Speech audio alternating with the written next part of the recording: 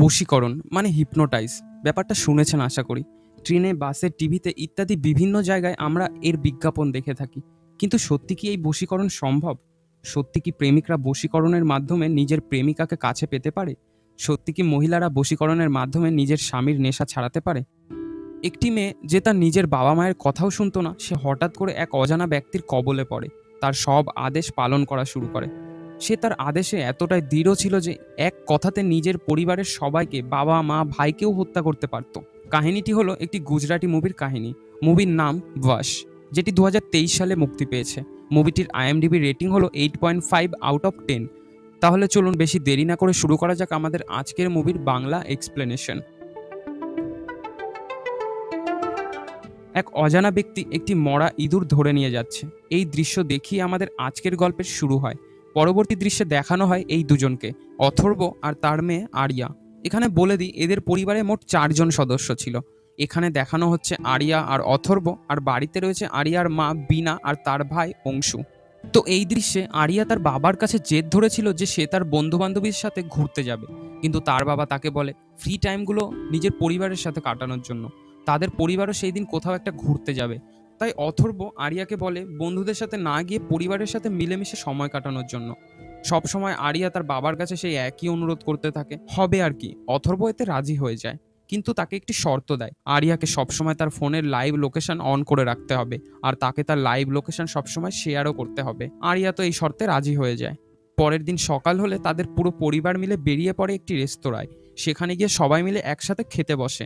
Area একটি পরোটা order করেছিল, যেটা অনেক অয়েলি ছিল, তাই সে সেটা খাবে না। এরপরে তারা সবাই মিলে চা খাওয়ার সিদ্ধান্ত নেয়। চা খাওয়ার জন্য টোকেন নিতে গেলে সেখানে আরিয়ার বাবার কাছে খুচরো ছিল না, যার কারণে তার টোকেন নিতে একটু অসুবিধা হচ্ছিল। তখন এই ব্যক্তিটি সেখানে এসে খুচরো দিয়ে দেয়। অথর্বকে সে সাহায্য করে। অথর্ব এরপর তাকে ধন্যবাদ জানিয়ে পরিবারের কাছে টেবিলে এসে বসে পড়ে। এই ব্যক্তিটিও অথর্বের পিছু পিছু এসে তাদের সাথে যোগ দেয়।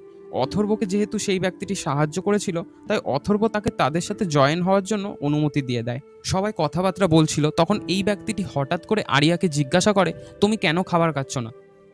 আসলে এই খাবারটা অনেক অয়েলি, এটা খেলে আমার শরীরে ক্ষতি হতে পারে, তাই আমি এটা খাচ্ছি না। হাসি ঠাট্টার ছলে এই ব্যক্তিটি আরিয়াকে বলে, তুমি এই অয়েলি পরোটাটা খেতেই পারো, আর যদি না খাও তবে এই চিনির দানাটা খেয়ে দেখো, তোমার অবশ্যই একটু ভালো লাগবে। আরিয়াও কিছু না বুঝে সেই চিনির দানা খেয়ে নেয়। এই চিনির দানা খাওয়ার পরেই যখন ওই অজানা ব্যক্তিটি আরিয়াকে অয়েলি পরোটাটা খেতে বলে, অবাক কাণ্ড। এবার আরিয়া কিন্তু ওই অয়েলি পরোটাটা খেয়ে নেয়। এতক্ষণ আরিয়া যেই পরোটাটি অয়েলি বলে খাচ্ছিল না, সেটা এই অজানা ব্যক্তির কথায় হঠাৎ করে খাওয়া শুরু করে দেয়। এই ব্যাপারটি কিন্তু তার মা বাবা একটুও লক্ষ্য করে না। খাওয়া দাওয়া শেষে সবাই সেখান থেকে উঠে বাড়ি যাওয়ার জন্য রওনা দেয়। যাওয়ার সময় অথর্ব মানে আরিয়ার বাবা এই অজানা ব্যক্তিটির কাছে তার নাম জিজ্ঞাসা করে। তিনি তার নাম বলে প্রতাপ। মুখটি ভালো করে দেখে নিন, মুখটা যতটা ইনোসেন্ট লাগছে, মানুষটা কিন্তু ততটা ইনোসেন্ট নয়। এরপর তারা সবাই মিলে নিজেদের ফার্ম হাউসে যায়, যেখানে তারা সবাই মিলে সুইমিং পুলে অনেক মজা করছিল। এরকমই মজা করতে করতে হঠাৎ করে বীণা মানে আরিয়ার মা যখন বাইরের দিকে তাকায়, তখন সেখানে প্রতাপকে লক্ষ্য করে। এই কথাটা বীণা যখন অথর্বকে বলে, অথর্ব এসে প্রতাপকে জিজ্ঞাসা করে। প্রতাপ অথর্বকে বলে, আমার গেস্ট হাউস এই আশেপাশেই রয়েছে, আমার ফোনে আসলে নেটওয়ার্ক নেই, আর আমি আমার মেয়েকে একটা কল করতে চাই যাতে সে আমাকে এখান থেকে এসে নিয়ে যেতে পারে। প্রতাপকে এই ছোট্ট সাহায্যের জন্য অথর্ব রাজি হয়ে যায় এবং তাকে নিয়ে ভেতরে চলে যায়। প্রতাপকে তারা বাড়ির ভেতরে নিয়ে সোফায় বসতে বলে। অথর্ব পোশাক পরিবর্তন করতে চলে যায়, আর বীণা তার জন্য কফি বানাতে চলে যায়। তারা দুজনেই দুজনের কাজে ব্যস্ত ছিল। তখন প্রতাপ আরিয়ার ঘরে নজর রাখছিল।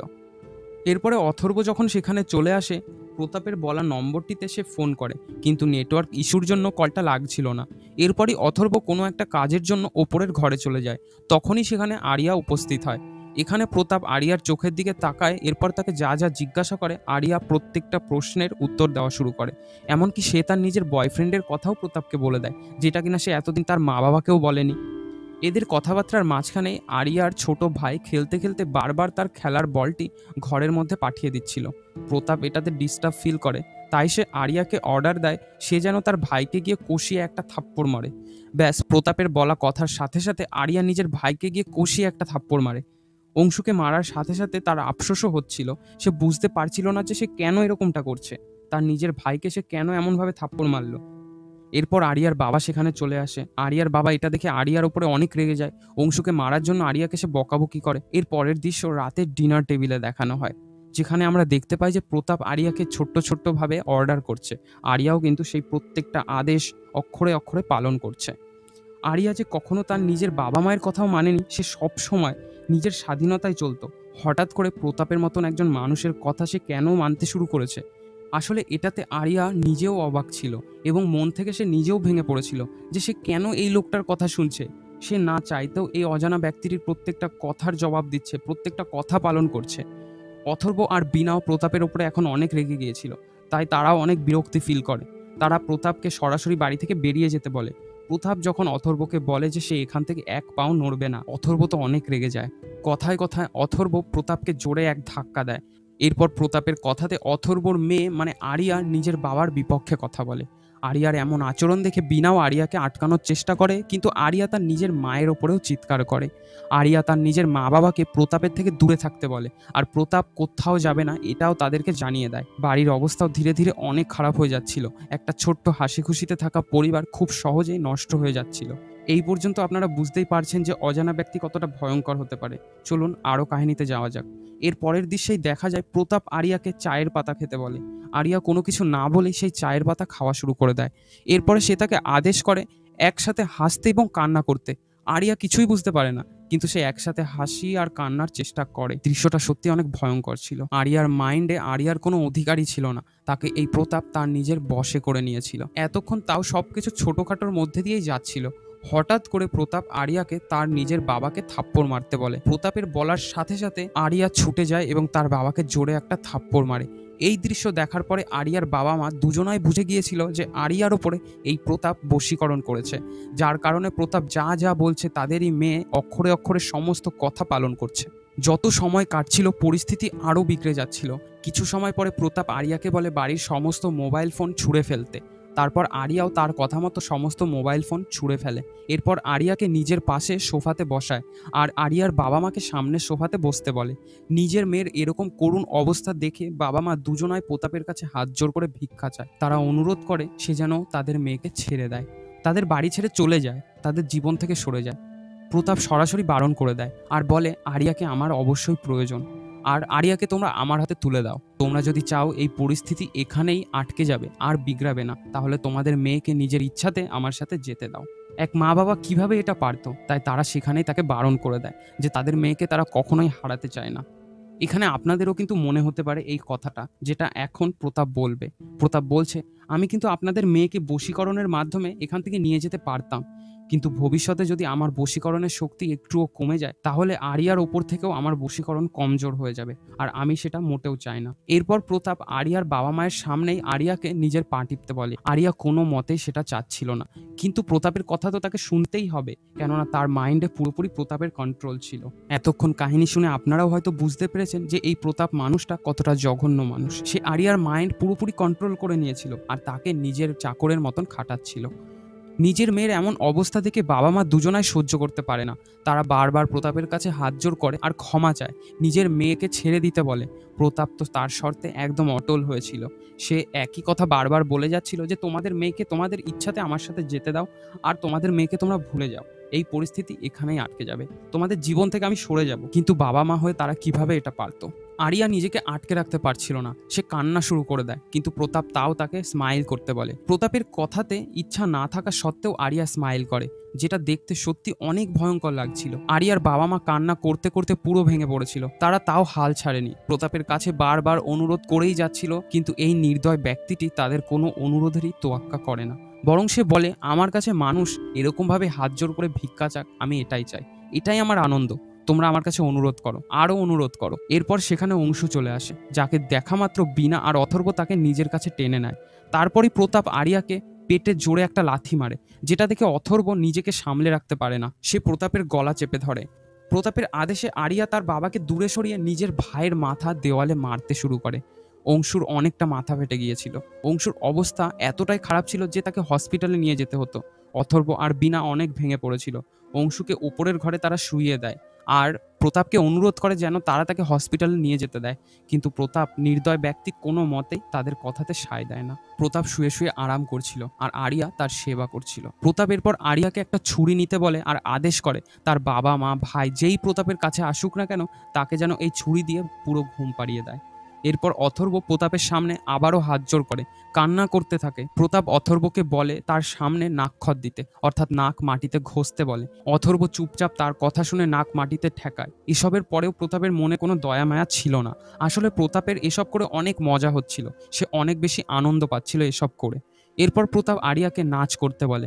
আরিয়া প্রতাপের কথাতে নাচ শুরু করে। অনেকক্ষণ ধরে আরিয়া নেচে যাচ্ছিল, কখনো হাসতে হাসতে তো কখনো কান্না করতে করতে সে নেচেই যাচ্ছিল। তার নাচ তখনই বন্ধ হয় যখন টেপ রেকর্ডার বন্ধ হয়ে যায়, তখন গিয়ে আরিয়ার নাচ পুরোপুরি বন্ধ হয়। কিন্তু আরিয়া অনেক ক্লান্ত হয়ে পড়েছিল, তাই তার তৃষ্ণা পেয়েছিল। আরিয়ার মা বিনা সেখানে চলে আসে আর জল এনে আরিয়াকে খাওয়ানোর চেষ্টা করে, কিন্তু এই শয়তান প্রতাপ আরিয়াকে জল খেতে বারণ করে দেয়। এবার আর কি, আরিয়া তো তার কথা একদম দৃঢ় ছিল, সে কোনো মতেই জল খাবে না। আরিয়ার হাজার কষ্ট হলেও সে জল খেতে পারে না, সে জলের গ্লাসটা ফেলে দেয়। তারপর প্রতাপ আরিয়াকে বলে কেউ যেন তার কাছে না আসতে পারে এবং তাকে স্পর্শ না করে, কেননা সে এখন ঘুমোতে যাচ্ছে। এরপরে দেখা যায় আরিয়ার হাতে একটি চাকু, সে প্রতাপের রক্ষা করছে, আর প্রতাপ মানে এই শয়তানটা ঘুমোচ্ছে। বিনা ওপরে গিয়ে অথর্বকে প্রতাপের ঘুমানোর কথা বলে, সে এখন নিশ্চিন্তে ঘুমিয়েছে। অথর্ব হাতে একটা ব্যাট নিয়ে প্রতাপকে মারার জন্য চলে আসে।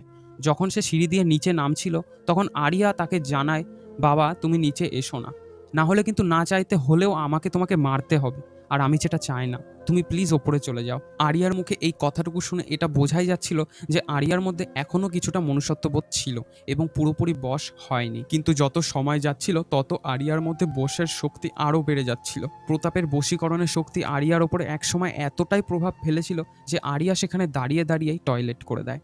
এই দৃশ্যটা সত্যি এতটা ভয়ঙ্কর ছিল যে কি বলবো। বন্ধুরা, আপনারা একবার চোখ বন্ধ করে এই আরিয়ার জায়গায় নিজেকে ভেবে দেখুন তো কতটা কষ্টের মনে হবে। আরিয়ার বাবা আরিয়ার এমন দৃশ্য দেখে নিজেকে সামলাতেই পারছিল না। ওপরের ঘরে গিয়ে সে জোরে জোরে চিৎকার করে কান্না করতে থাকে। বিনা তাকে শান্ত করানোর চেষ্টা করে। এরপরে প্রতাপ বিনাকে নিচে ডেকে আনে। প্রতাপ বলে আরিয়ার জন্য শুকনো পোশাক আনতে, কেননা সে জামা প্যান্ট ভিজিয়ে ফেলেছে। বিনা আরিয়ার জন্য নতুন পোশাক আনলে প্রতাপ তাকে তার সামনেই পোশাক পরিবর্তন করতে বলে। বিনা এতে চমকে যায়, সে হাত জোর করে প্রতাপের কাছে, অনুরোধ করে যেন আরিয়াকে ঘরে নিয়ে গিয়ে পোশাক পরানোর অনুমতি দেয়। কিন্তু কঠোর আর জালিম প্রতাপ কোনো কথাতেই সাড়া দেয় না। সে আরও জোরে চিৎকার করে আর আরিয়াকে নিজের পোশাক খুলতে বলে আর নতুন পোশাক পরতে বলে। আরিয়া প্রতাপের কথায় পোশাক খুলতেই যাবে, বিনা তাকে আটকানোর চেষ্টা করে। আরিয়া বিনার ওপরে অনেক রেগে যায় আর চিৎকার করে, বড় বড় চোখ করে তার সামনেই তাকে সরে যেতে বলে। আরিয়া তার কোনো কথা না শুনলে বাধ্য হয়ে অসহায় বিনা আরিয়ার পোশাক ওই শয়তানটার সামনেই চেঞ্জ করিয়ে দেয়। কি আর করার ছিল তাদের, প্রতাপের বশীকরণের সামনে দুজনাই অসহায় ছিল। কিছুক্ষণ পরে প্রতাপের আরো ইন্টারেস্টিং করার মন করে, সে আরিয়াকে তার নিজের ভাই অংশুকে হত্যা করতে বলে। এটা শুনে অথর্ব আর বিনা কান্না করতে করতে প্রতাপের কাছে মাথা ঠেকিয়ে অনুরোধ করে, এটা আটকান, প্লিজ এটা হতে দিয়েন না। প্রতাপ তাদেরকে বলে তারা যেন তাদের ছেলেকে কোনো মতে সেফ জায়গায় লুকিয়ে রাখে, না হলে কিন্তু আরিয়া তাকে খুঁজে মেরে ফেলবে। কান্না করতে করতে দুজন ওপরের ঘরে চলে যায় অংশুকে লুকোনোর জন্য, কেননা তাদের ছেলেকে তো তাদের বাঁচাতেই হবে। তারা অংশুকে সেই ঘরের মধ্যে রেখেই ঘরের দরজা চাবি দিয়ে বন্ধ করে চাবি ফেলে দেয়। আরিয়া ওপরের ঘরে উপস্থিত হয়। এদিকে প্রতাপ অথর্ব আর বিনাকে নিচে ডেকে আনে। আরিয়াকে প্রতাপ এমনভাবে রাগিয়ে দিয়েছিল, আরিয়া একটা হিংস্র পশু হয়ে গিয়েছিল। সে অংশুকে মারার জন্য অংশুকে খোঁজাখুঁজি করছিল। আরিয়াকে দেখে মনে হচ্ছিল অংশু যখনই তার সামনে আসবে সে পশুর মতন আছড়ে পড়বে তার উপরে। বিনা আর অথর্ব নিচে চলে আসলে আরিয়া ওপরের সেই দরজাটা খোলার চেষ্টা করে, কোনোভাবেই সেই দরজাটা খুলতে পারছিল না। একটা টেবিল নিয়ে সেই দরজাটায় জোরে জোরে ধাক্কা মারতে শুরু করে। টেবিলের জোরে সেই দরজাটা খুলে যায়। আরিয়া ঘরের মধ্যে ঢোকে কিন্তু অংশুকে কোথাও দেখতে পায় না। কোথাও অংশুকে দেখতে না পেয়ে সে পুরো ঘর তন্ন তন্ন করে খুঁজতে শুরু করে। কিছুক্ষণ খোঁজাখুঁজি করলে অংশুর চিৎকার শোনা যায় ওপরের ঘর থেকে। চিৎকারের আওয়াজ শুনে দৌড়ে গেলে সে সেখানে অংশুকে খুঁজে পায়। অংশু তার দিদির এমন একটা রূপ দেখে অনেক ভয় পেয়েছিল, তাই সে দৌড়ে বাঁচতে চেষ্টা করে। দৌড়াদৌড়ি করতে করতে অংশু আর আরিয়া ছাদে পৌঁছে যায়। এরপর আর কি, আরিয়া অংশুকে ছাদ থেকে নিচে ফেলে দেয়। আরিয়ার চোখে এক ফোঁটাও দয়ামায়া ছিল না। আসলে বন্ধুরা, থাকবেই বা কি করে, প্রতাপের বশীকরণের জাদুতে সে একজন আদেশ মান্য করা রোবটে পরিণত হয়ে গিয়েছিল। বিনা আর অথর্ব অংশুর কাছে আসলে তারা খেয়াল করে অংশু এখনো বেঁচে আছে, কিন্তু তাকে দ্রুত হসপিটালে নিয়ে যেতে হবে। প্রতাপকে তারা অনেক অনুরোধ করে, কিন্তু প্রতাপের সেই এক কথা, তোমার মেয়েকে আমার সাথে যেতে দাও, আমি তোমাদের ছেড়ে দেব। বাধ্য হয়ে বিনা আর অথর্ব তার এক ছেলেকে বাঁচাতে শেষ পর্যন্ত আরিয়াকে প্রতাপের সাথে যাওয়ার অনুমতি দিয়ে দেয়। নিজের সংকল্প পূরণ হওয়ার সাথে সাথে প্রতাপ আরিয়াকে নিয়ে সেখান থেকে চলে যেতে শুরু করে। বিনাও বেশি দেরি না করে অংশুকে নিয়ে দ্রুত গাড়ি করে হসপিটালের জন্য রওনা দেয়। অন্যদিকে অথর্ব প্রতাপের পিছু করতে থাকে। বন্ধুরা, মুভির শুরুতে দেখানো হয়েছিল যে অথর্ব আরিয়াকে বলছে ফোনে লাইভ লোকেশন অন করে রাখতে, তো এখানে এটা কাজে লেগে যায়। ফোনের লাইভ লোকেশন অন থাকার জন্য অথর্ব খুব সহজেই তাদের পিছু করতে থাকে। কিছুক্ষণ পরে তারা পৌঁছে যায় প্রতাপের বাড়িতে। এটা ছিল একটা ভয়ানক বাড়ি, অন্ধকারাচ্ছন্ন ঘর। সেই অন্ধকারের মধ্যে ঘরের মধ্যে ঢুকে গেল প্রতাপ আর আরিয়া। অথর্ব তাদের পিছু করতে করতে তাদের সাথে ঢুকে যায়। ঘরে ঢুকতেই সে যা দেখে সেটা সত্যি চমকানোর মতো দৃশ্য ছিল। সেখানে অনেক মেয়েকেই প্রতাপ এরকম বশীকরণ করে রেখেছিল, তাদের গোলাম করে রেখেছিল। অথর্ব দেখে বুঝতে পারে এই শয়তানটা শুধু তাদের সাথেই নয়, বরং এরকম আরো অনেক মা বাবার সাথে এরকম ঘটনা ঘটিয়েছে। ওই শয়তানটা তারপর তাদের মেয়েকে এখানে এনে রেখেছে। অথর্বকে দুটো মেয়ে দেখে নেয় আর প্রতাপের কাছে নিয়ে আসে। প্রতাপ তার বসে থাকা মেয়েদের দিয়ে অথর্বকে প্রচুর মারতে থাকে। মেয়েদের দিয়ে মারতে মারতে অথর্বকে সে পুরো আধমরা করে ফেলেছিল। এরপর তাদেরকে থামিয়ে প্রতাপ তার নিজের একটা গল্প বলা শুরু করে। বুঝতেই পারছেন, গল্প মানে সে তার নিজের কুকর্মগুলো বলা করছিল আর কি। প্রতাপের মুখে গল্প শুনতে শুনতে হঠাৎ করে একটা কাঁচি বের করে আরিয়ার দুই কানে ঢুকিয়ে দেয় অথর্ব। সে কোনো রকমে প্রতাপের জিভ কেটে নেয়। এবার শয়তানটা আর কাউকে কোনো আদেশও করতে পারবে না, আর বশীকরণও করতে পারবে না, যার কারণে শয়তানটার বশীকরণের শক্তি পুরো নষ্ট হয়ে গিয়েছিল। এরপর আমাদের মুভির সেই শুরুর দৃশ্যটা দেখানো হয়, যেখানে একজন মানুষ একটি মরা ইঁদুর ওঠাচ্ছিল। এরপর যখন এখানে আমাদের সেই মানুষটার মুখ দেখানো হয়, সেটা আর কেউ না বরং অথর্ব ছিল, মানে আরিয়ার বাবা। সে এই ইঁদুরটা দিয়ে একটা খাবার বানিয়ে প্রতাপকে দিচ্ছিল। এখানেই দেখানো হয় সে প্রতাপকে একটি ঘরে আটকে রেখেছে আর তার জীবন একটা পশুর থেকেও জঘন্য করে দিয়েছিল। আসলে প্রতাপকে মারার পরে সেখানে থাকা সব মেয়েদের মেন্টাল হসপিটালে রাখা হয়। অন্যদিকে বিনা অংশুকে নিয়ে গাড়ি করে হসপিটালে যাচ্ছিল, সেই যাওয়ার পথেই তাদের গাড়ির অ্যাক্সিডেন্ট হয়ে যায় আর তারা সেখানেই মারা যায়। বেঁচে ছিল শুধু আরিয়া, তার জীবন তো পুরো নষ্ট হয়ে গিয়েছিল। এখানে আরিয়াকে দেখে আপনারা বুঝতেই পারছেন তার অবস্থা কতটা অসহায় আর করুণ হয়ে গিয়েছিল। আসলে সেই বশীকরণের শক্তি এতটাই ছিল যে সেই মেয়েগুলো যাদের সে বশ করে রেখেছিল তাদের কেউ এখনো এখান থেকে বেরোতে পারেনি। বন্ধুরা, আজকের কাহিনী এখানেই শেষ হয়। আর এটা সত্যি একটা অসাধারণ সাসপেন্স থ্রিলার গুজরাটি মুভি ছিল। কাহিনী ভালো লাগলে অবশ্যই লাইক করবেন, আর আমার এক্সপ্লেনেশনগুলো যদি ভালো লেগে থাকে চ্যানেলটিকে সাবস্ক্রাইব করতে একদম ভুলবেন না। এতক্ষণ পর্যন্ত আমার সাথে থাকার জন্য অসংখ্য অসংখ্য ধন্যবাদ।